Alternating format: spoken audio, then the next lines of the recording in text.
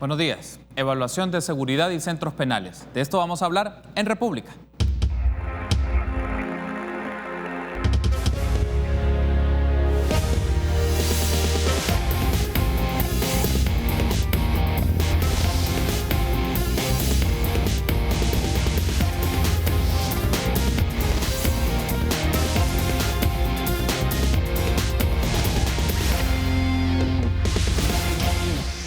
Muy buenos días, qué gusto que nos acompañe en una nueva edición de República. Les saluda Carlos Monterroso, es un agrado que esté con nosotros. Lunes 27 de mayo del año 2019. Es un gusto que inicie su semana junto a nosotros, deseando todo lo mejor en sus actividades personales y profesionales. De nuestra parte, nuestro compromiso es ofrecerle análisis de diferentes temas de la realidad de nuestro país. Y en esta primera parte de República vamos a hablar de la evaluación de la seguridad pública y de los centros penales. Nos interesa mucho hacer una lectura, un balance de estos años de gestión en materia de seguridad y centros penales de Salvador Sánchez Serén en su ámbito y en su gabinete de seguridad. Y es un gusto para mí recibir a Raúl López, viceministro de Justicia y Seguridad, y también recibimos cordialmente a Marco Tulio Lima, director general de Centros Penales. Buenos días, bienvenidos a República, viceministro, bienvenido, qué gusto.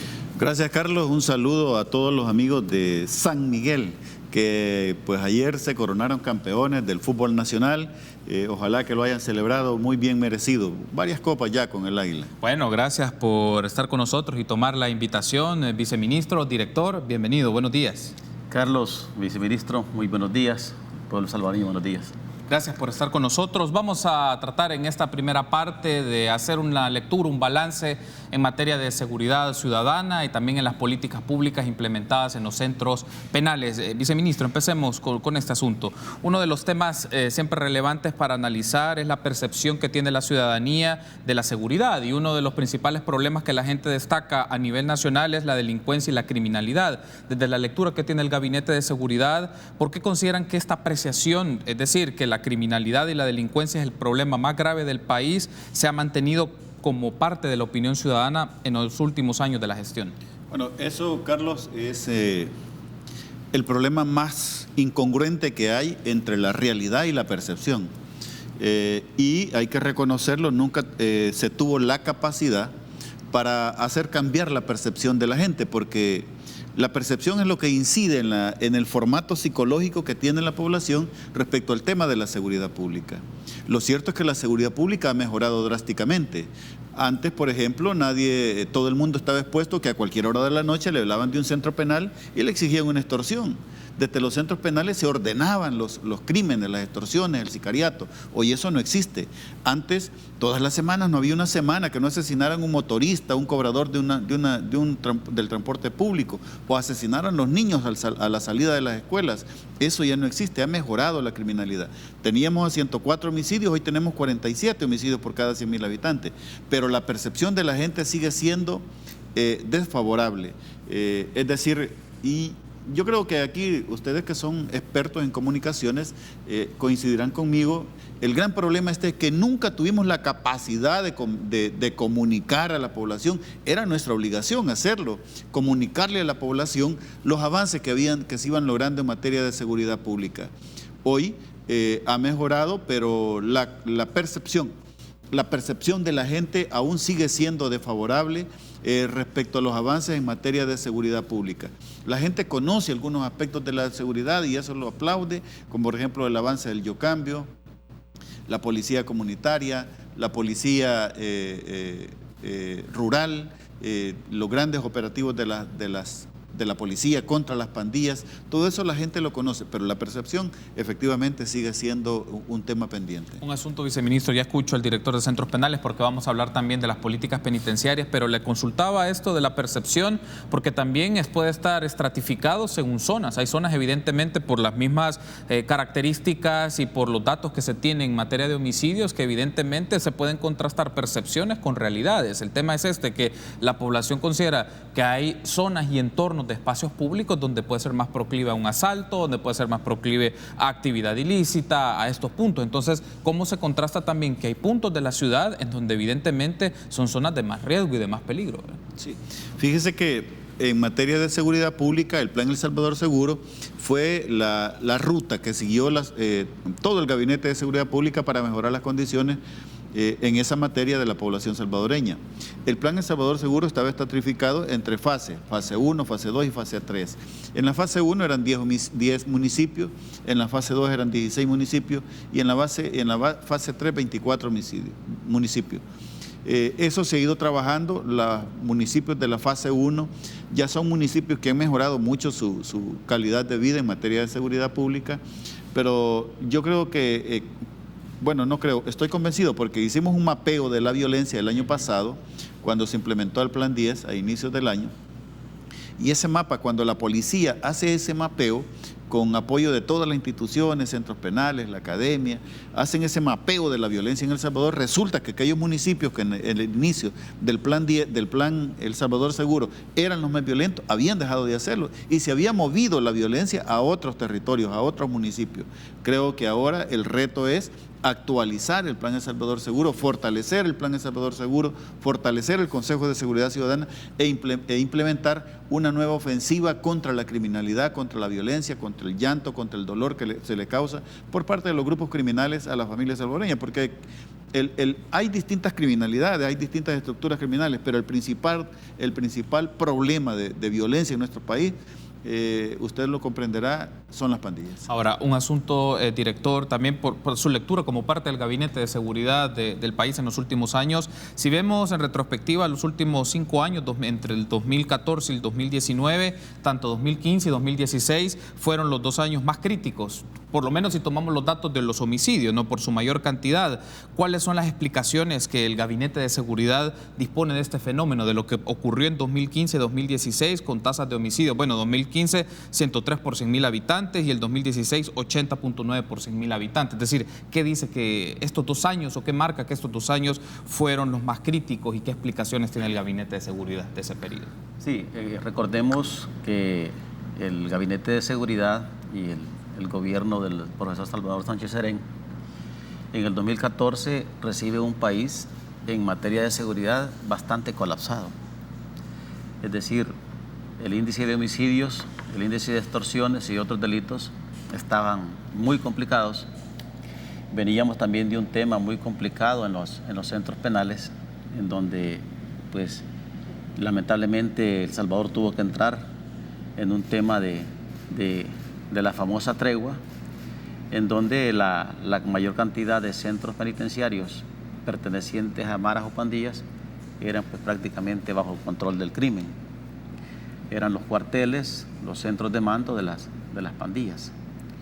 Llegado este gobierno, empezó a trabajar una estrategia para controlar el crimen en las calles, en los centros penales y el tema de la violencia. En el 2015 creo que es como el momento más crítico, a inicio del 2015, en donde no solo el tema del homicidio estaba bastante fuerte, sino también el ataque a las instituciones, el ataque a los policías, a los soldados, a miembros del sistema penitenciario.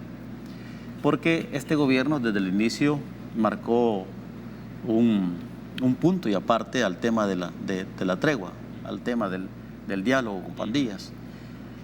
Y se marcó, pues, una estrategia de enfrentamiento al crimen, de enfrentamiento a las estructuras de pandillas, y eso llevó, pues, a un nivel de mayor polarización y de enfrentamiento entre el mismo Estado y el crimen. Era una consecuencia natural. Entonces, en el 2015, yo recuerdo perfectamente, el primer semestre fue un semestre duro, ¿verdad? A tal grado que es cuando se comienza a trabajar en la construcción de las medidas extraordinarias. Y las medidas extraordinarias vienen a ponerle fin a un capítulo de control que tenía el crimen de los centros penitenciarios. 2015-2016 fue una etapa de, digamos, de definición, de enfrentamiento, de control, no solo de las cárceles, sino de una cantidad de grupos armados ilegales que se habían establecido en el país. Recuerdo que en un momento, en un análisis que hicimos nosotros, habían más de 30 zonas en donde habían puntos identificados de grupos pertenecientes a maras o pandillas que andaban como bandoleros en los montes, afectando los cultivos, afectando a las zonas rurales con armas largas y armas cortas. Eso, pues, era el escenario que teníamos. escenario, por un lado, centros penales complicados porque no tenía el controlado el crimen, y otros grupos que estaban yéndose de la ciudad hacia el monte. ¿Por qué? Porque desde el 2014 se empezó una operatividad, un esfuerzo entre la policía, la fiscalía, la Fuerza Armada de controlar ese tema de violencia. Las medidas extraordinarias vinieron a establecer una estrategia integral en donde participan, digamos, el gobierno con todas sus instituciones de seguridad, participa también de alguna manera el órgano judicial y el órgano legislativo. Fue necesario ese capítulo para garantizar, por un lado, la eficacia del régimen penitenciario, es decir, controlar las cárceles, que el Estado tome control de las cárceles, que la administración controle la cárcel y empezar a controlar esos grupos que estaban influenciando el crimen hacia las calles. Por otro lado, garantizar la protección de la sociedad, porque muchos de los delitos venían desde el interior de los centros penales, tanto para los asesinatos, los homicidios, las extorsiones. Esos años que usted menciona perfectamente, 2015, 2016, ¿verdad?, que es prácticamente parte del ombligo de este gobierno saliente, fue una etapa de enfrentamiento, de definición, de ir consolidando la estrategia que tuvo sus resultados en los años 2017, 18 y hoy parte del 19. Tengo que hacer la pausa, pero al regresar hablemos directamente de la política penitenciaria. Claro. Me interesa tener sus apreciaciones sobre esto porque es uno de los elementos y uno de los documentos que queda ya finalizando esta gestión en materia de políticas públicas de seguridad, pero también otros aspectos que son relevantes sobre la sostenibilidad del programa Yo Cambio, que también ha sido uno de los puntos relevantes en discusión en los temas, y si se hace un balance en contraste de evaluación de política pública, qué aspectos son pendientes o quedan pendientes en materia de seguridad ciudadana. Regresamos en minutos.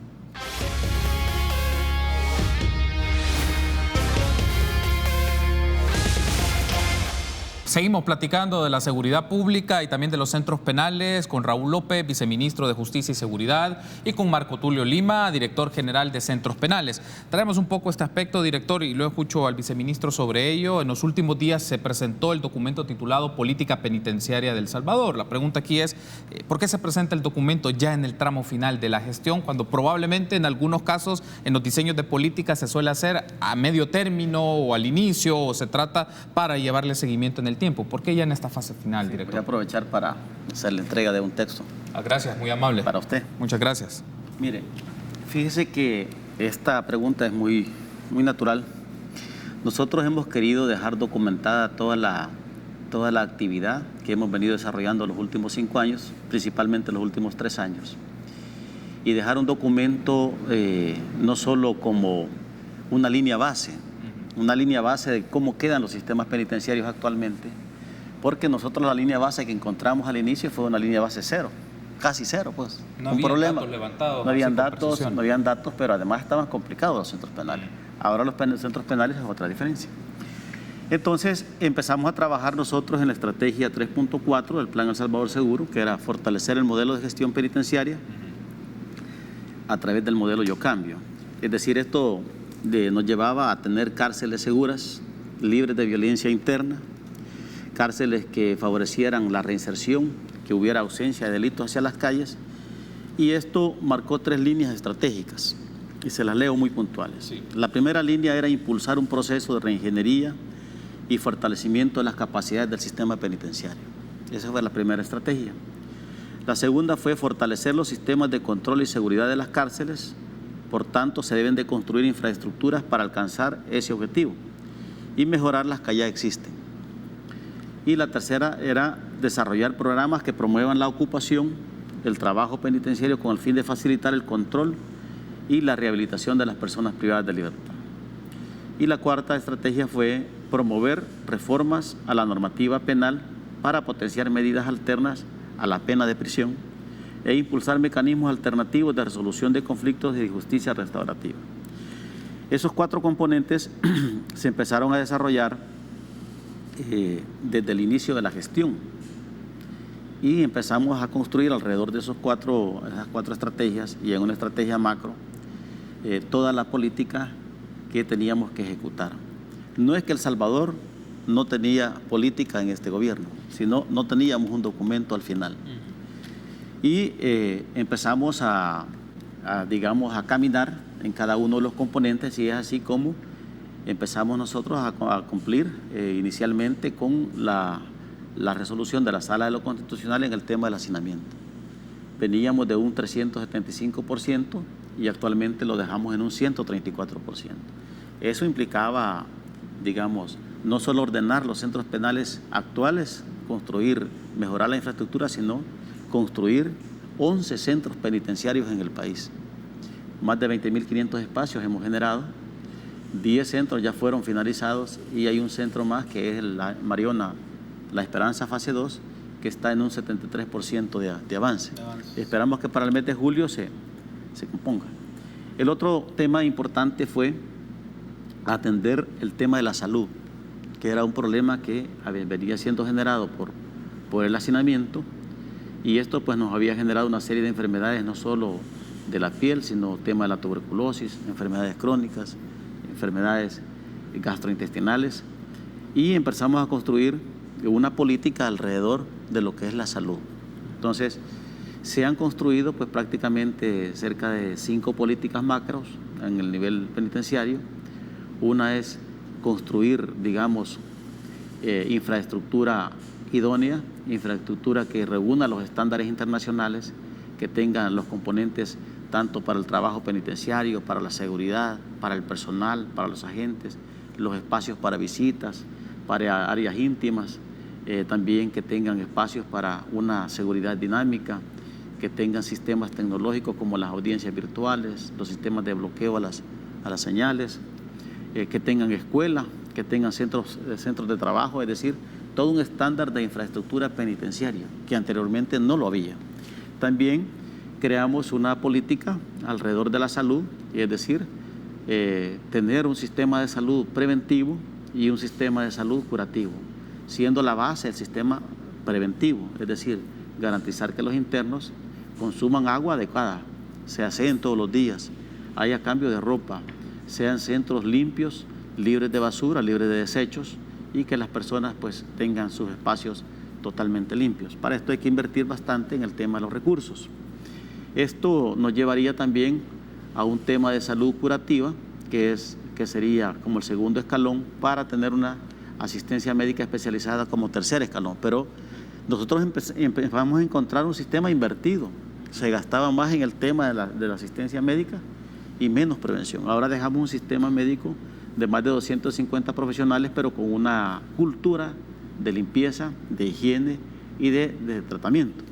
Asimismo, hemos creado una política para la seguridad dinámica, una seguridad que le permita a los centros penales garantizar todas las actividades combinadas con la tecnología, empezando con los sistemas no intrusivos para el tema de las visitas, para el tema de los internos, para las personas que visitan. También sensibilizando a los agentes sobre el tratamiento penitenciario, sobre el respeto a los derechos humanos, sobre la necesidad de darle mayor dignidad al privado de libertad, y también sobre la importancia que tiene de establecer un filtro, una selección del personal, una capacitación para evitar hechos de corrupción, que eran un tema bien que afectaba al sistema penitenciario. Finalmente, pues tenemos el otro componente grande que tiene la política, como usted lo podrá ver, es el fortalecimiento institucional. Es importante que los empleados asuman una nueva cultura penitenciaria de protección, no tanto de seguridad, sino que de protección, de ver a la persona privada de libertad como el centro de la política penitenciaria, como el centro de la actividad penitenciaria, y también ver a la persona privada de libertad en el marco de todos sus derechos, con la necesidad de darle las segundas oportunidades, la rehabilitación y desarrollar, pues, digamos, esas capacidades que se necesitan. Pero también el Estado debe invertir en el tema de la carrera del servicio penitenciario, debe de invertir en el tema del escalafón salarial, se debe de invertir en la mejora de las condiciones de vida de los empleados, porque los empleados son como una contraparte muy importante. Esta política puede tener las mejores estrategias, metodologías, principios, valores, pero si los empleados no están comprometidos, no va a funcionar. Para ello el Estado, el gobierno debe de invertir en los empleados.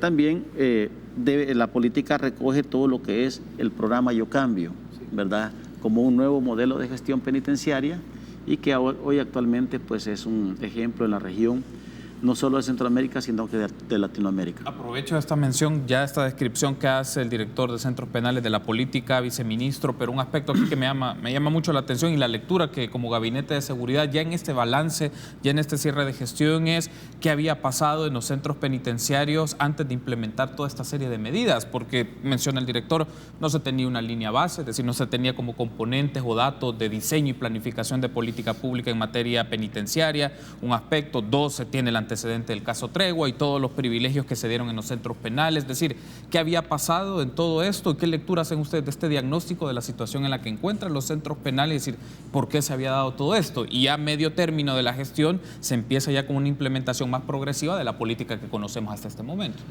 Lo cierto, y como aquí hay que decir siempre la verdad, creo que es la característica de República, el sistema penitenciario estaba en un estado de abandono, Carlos.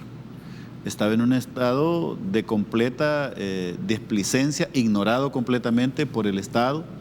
Es a partir de, como lo ha dicho Marco Tulio, del momento en que este gabinete asume la responsabilidad de la conducción de la seguridad pública, cuando en primer lugar se toma por asalto la seguridad al interior del sistema penitenciario. La llegada de las medidas extraordinarias marcan un antes y un después. Y además se comienza no solo se recupera en su totalidad el control del sistema penitenciario por parte de las autoridades de seguridad, sino que además se comienza a documentar qué era lo que estaba pasando al interior del sistema penitenciario. Hoy tú puedes saber cuántos albañiles tiene dentro del sistema penitenciario, cuántos fontaneros, cuántos ingenieros, cuántos sacerdotes, cuántos abogados, cuántos albañiles, cuántos de las distintas áreas del conocimiento y de los oficios hay dentro del sistema. Hoy eso está ordenado, está documentado. Hemos creado un sistema informático muy eficiente dentro del sistema penitenciario. Este documento, Carlos, se presenta a esta etapa porque no es fácil construir una política penitenciaria adecuada. Este documento de la política penitenciaria recoge los derechos, las obligaciones de toda la población privada de libertad y constituye un modelo de comportamiento, de actitud del personal que atiende los distintos programas, proyectos dentro del sistema penitenciario salvadoreño. Anteriormente estaba escrito en algunos documentos, circulares, memorándum, instructivo, pero no existía una política penitenciaria ordenada, normada. Hoy con esta administración dejamos este instrumento que será el camino que deberá seguir administrativamente todo el personal del sistema penitenciario salvadoreño. ¿Cuál era el problema? El problema era de que el guardia penitenciaria creía de que la única forma de controlar al privado de libertad era con el garrote. Eso se ha superado drásticamente. Hemos ordenado la visita, existe una nueva reclasificación del sistema penitenciario. Hoy ya existen penales de máxima seguridad, centros de seguridad, centros ordinarios, granjas penitenciarias, centros de detención menor. Están reclasificados la totalidad de los privados de libertad de acuerdo al grado de peligrosidad o estructura criminal a la que pertenecen. Y te comento algo, Carlos, con todo orgullo, una de las notas más altas de la PAES es de los privados de libertad. Hoy vamos a una siguiente etapa. Esto debe de ser un avance constante, sin detenerse. Hoy ya vamos con las carreras universitarias para los privados de libertad. Se ha firmado por parte de la Dirección General un convenio con una universidad y se van a impartir las carreras universitarias. 500 privados de libertad que se van a convertir en profesionales universitarios. Esto era impensable soñarlo hace 3 años, Carlos. En el sistema penitenciario hemos tenido el acompañamiento de los organismos internacionales, de INL, de la Embajada de los Estados Unidos de América, de otros organismos de cooperación internacional, y hoy, hay que decirlo con humildad, pero con claridad, el modelo de gestión penitenciaria es el modelo piloto, es la gestión penitenciaria modelo en toda América Latina. Marco Tulio ha regresado el fin de semana de exponer cómo funciona el Yo Cambio, cómo funciona el sistema penitenciario, y ha pasado 8 días compartiendo eso en Colombia. Eso significa, y no creas de que ha sido una persona, fue el CICR. el CICR, es decir, la Cruz Roja Internacional, quien invitó a Marco Tulio para que fuera a exponer cómo funciona el Yo Cambio, con el propósito de implementar nuestro modelo de gestión penitenciaria en América Latina, que ha sido un modelo muy eficiente. Hoy tenemos casi 30.000 privados de libertad, 30.000 personas, mano de obra calificada, dispuesta a apoyar a las comunidades. Hoy creo que debemos de pasar a una siguiente etapa, la etapa de que la empresa privada se involucre, la empresa que aprovechen las capacidades laborales que tiene ahora el sistema penitenciario. Tengo que hacer la pausa, viceministro. Al regresar hacemos un balance también de otros componentes en materia de seguridad pública que me gustaría tener su reacción sobre ello. Volvemos en minutos.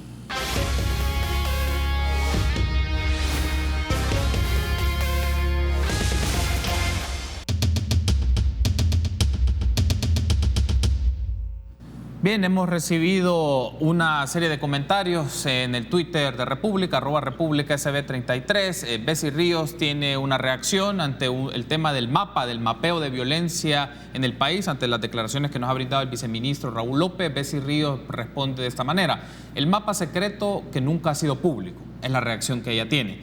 Otro de los comentarios es el de Rafael Mengíbar. ¿Puede asegurar el señor viceministro y el director general de centros penales que no hay teléfonos activos en los centros penales? Esas son dos preguntas que nos han llegado a través de nuestras redes sociales. Vamos a aprovechar un poco también por alusión, viceministro, reaccionar un poco al comentario de Bessie Ríos sobre el tema del mapeo, es decir, la claridad que se puede tener de los centros de trabajo que tiene el Estado en materia de seguridad pública y aquellos puntos que son los más álgidos, no solo por homicidios, sino por denuncias y también porque tiene la información que dispone la Policía Nacional Civil y el Ministerio de Seguridad y Justicia. La información sobre el mapeo de la seguridad sí existe y es público, está en el micrositio de la Policía Nacional Civil que se llama www.pnc.transparencia.gov. Ahí lo pueden encontrar. Y están sin esconder nada, ahí están los datos fríos. Un saludo a la licenciada Bessie Ríos, una profesional muy crítica, muy activa. Gracias por su comentario. Creo que los comentarios, la crítica constructiva, bien intencionada, es lo que nos permite avanzar en algunos temas. Así es de que un saludo y gracias a la licenciada Bessie Ríos. Respecto del otro tema, de que no hay teléfonos, creo que podría generarse alguna confusión por una razón. Teléfonos clandestinos como existían antes, eso no existe, y no lo decimos nosotros, lo dice, por ejemplo, la misma Fiscalía General de la República reconoció de que hoy con el Centro de Escuchas Telefónicas no se detectan ninguna llamada desde los centros penales hacia el mundo exterior. Primer respaldo. En segundo lugar, nosotros como Gabinete de Seguridad, como centros penales, hacemos requisas permanentes, sin aviso previo, sorpresivas, hacemos requisas en los centros penitenciarios. Aquellas épocas en que encontrabas 200 teléfonos y restos de chip, eso ya no existe ahora. Hay un proceso ordenado, paulatino, va por fases, en donde se van a ordenar las comunicaciones.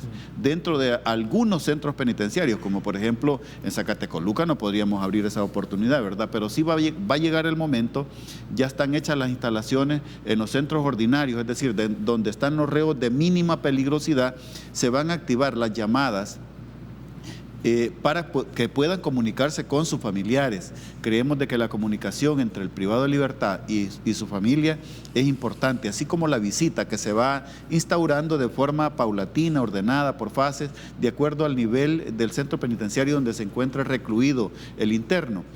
Habrán algunos casos donde nos es más difícil, como por ejemplo Zacatecoluca, Izalco, que es los centros donde hay aquella población interna que representa mayor peligro para la comunidad.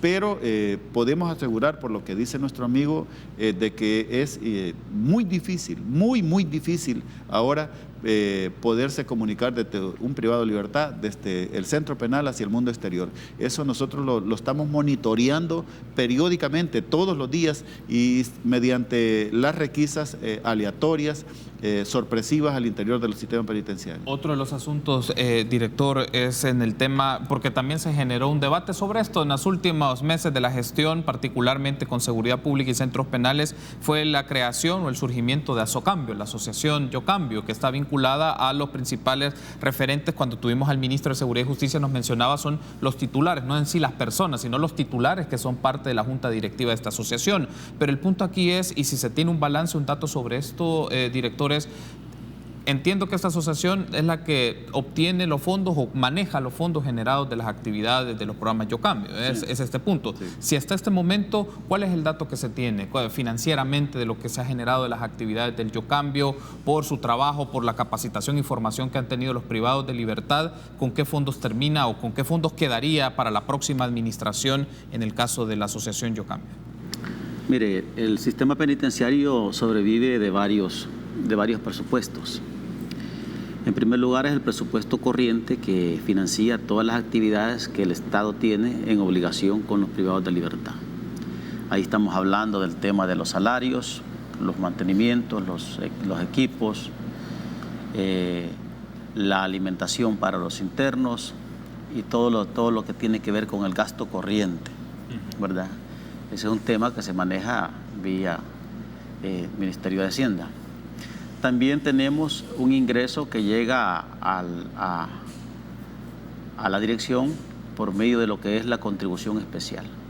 Ahí está el pago del bono de los empleados, tanto administrativos como de seguridad, y también una parte es para fortalecer el programa Yo Cambio. Es un programa que sirve para el tema de los equipos, las infraestructuras y las compras de los recursos y materia prima. Por otro lado, hay otra inversión vía préstamos internacionales, principalmente del BID y del BCIE, que el BCIE es para todo el tema de infraestructura y el BID todo el tema de equipamiento. Ahí también se ha financiado parte del programa Yo Cambio, cerca de 13 millones se generaron para fortalecer todo el tema de la infraestructura, en donde se han construido 3 granjas penitenciarias y se han construido 104 espacios productivos o 104 talleres en todos los penales del país. Dentro de ellos son cerca de 27 especialidades. Bien, en este tema, el tema de la comercialización de los bienes y servicios que se producen dentro del sistema se realizan mediante un fondo de actividades especiales para la administración de talleres y granjas penitenciarias, que fue creado por la Asamblea Legislativa. Es un fondo con dineros públicos auditados por la Corte de Cuentas de la República y se depositan en una cuenta del Ministerio de Hacienda. Se factura, se pagan los impuestos, hay contabilidad, hay auditoría y hay que darle un informe a la Asamblea Legislativa cada 6 meses. Esa es toda la parte de manejo presupuestario. Pero nosotros separamos otro tema, digamos, de dineros que estaban dentro del sistema que se constituían en un problema. Era el tema de las tiendas institucionales, que era un tema que no estaba regulado, era un tema que no tenía control de precios, era un tema que estaba ahí y que nadie quería establecer una regulación legal. Nosotros hicimos varias gestiones con el Ministerio de Hacienda, con la Presidencia de la República, y de encontrar diferentes formas de cómo, digamos, legalizar esa actividad, porque ese es un dinero que viene depositado de los familiares para los internos. Sí. El tema llega de 2 formas. Uno es $150 que les dan para el pago de alimentación, comprar cosas en las tiendas, etc. Y la otra es $100 que es para la telefonía controlada, el sistema de comunicación controlada que solo existe en los centros preventivos, más no así en los centros de seguridad. Estos 2 ingresos que llegan eran administrados por una coordinación de tiendas institucionales. Claro, no todos los familiares depositaban los montos totales, hasta ese techo tienen ellos para depositar. Hay gente que te deposita $5, $6, $10, $25. ¿Qué es lo que nosotros hicimos para dejar esto legalizado definitivamente? Pensamos en varias figuras legales, poner un comisariato, hacer una asociación sin fines de lucro, tal como lo hemos hecho, una fundación sin fines de lucro, hacer un FAE, como lo hicimos en producción. Nadie quiso meterse a ese tema. Hacer Nos cerraron todas las puertas. Hacer una fundación, inclusive con notables. Llamamos a gente de la UCA, de la Universidad de Don Bosco, gente notable que participara en una junta directiva para administrar como una especie de fundación. No se pudo hacer. Al final decidimos optar por crear una asociación avalada bajo la ley de fundaciones sin fines de lucro. Y inicialmente hemos participado los titulares del Ministerio de Justicia y algunos mandos medios para establecer las bases de esto. A estas alturas hemos logrado ya pues tener una legalización de los fondos. La gente ya está contratada bajo un servicio tal como cualquier otra asociación sin fines de lucro, donde se paga renta, se paga IVA, se pagan AFP, Seguro Social, se facturan los productos, hay un control de los precios y la utilidad, el remanente de toda esa actividad comercial que se da dentro de los centros penales, que es a través de las tiendas, pero que ahora no lo tiene la administración, sino que es una administración aparte, se invierte en proyectos de beneficio de los internos. ¿En qué? Tema de salud. Allí se paga una cantidad de médicos, enfermeras, se compran suministros, se compran, digamos, medicamentos, se compran materiales. Yo te hablaba de brigadas, de un sistema preventivo sanitario. Mucho de ese sistema se financia de esa parte. Tengo que cerrar, director, pero ¿en qué monto queda al final? ¿Cómo cierra la asociación en montos, en balances? En el tema financiero no me gustaría darte, digamos, un monto exacto porque no lo tengo en este momento. Hay una dirección ejecutiva que administra esto y hay una junta directiva. Yo pienso que en su momento se va a dar a conocer. Quiero darle las gracias por haberme acompañado. Director Marco Tulio Lima, viceministro Raúl López, gracias por haber estado con nosotros y tener esta lectura, este balance en materia de seguridad y de centros penales. Permítanos una pausa. Continuamos con más.